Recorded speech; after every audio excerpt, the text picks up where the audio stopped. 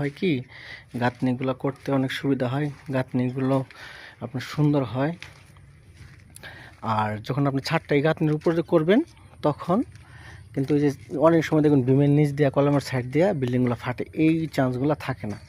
আর কাজটা করতে মালিক এবং মিস্ত্রির উভয়েরই সাশ্রয় এবং ভালো হয়।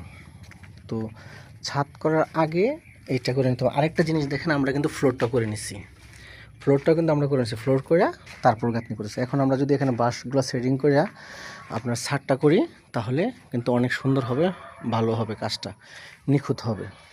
যার কারণে আমরা এই প্রসেসগুলো করে নিচ্ছি। আপনি চাইলে আপনার বিল্ডিং যখন করবেন অবশ্যই ফ্লোরটা করে আগে তারপর করবেন। দেখেন আমরা রান্নাঘরের শেলগুলো করছি, আমি আরও একটু কাজটা শেষ হোক, এখানে আরও শেল আছে, এগুলো যখন করব তখন আপনাদেরকে পর্যায়ক্রমে দিতে থাকবো।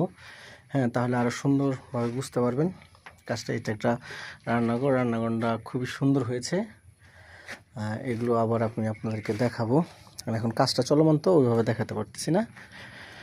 তো এই যে এখানেও কাজ চলতেছে চলমান, যার কারণে আপনাদেরকে সঠিকভাবে আমি দেখাতে পারতেছি না। এটা একটা বাথরুম। আমরা যে ফ্লোর ঢালাই করার আগে এই যে পাইপের কাজগুলো কিন্তু করে নিছি, নিচের যে কাজগুলো এগুলো কিন্তু আমরা করে নিচ্ছি, ঠিক আছে। এটা একটা স্টোর রুম, এটা একটা স্টোর রুম, ঠিক আছে। তো আজকের মতো এই পর্যন্তই।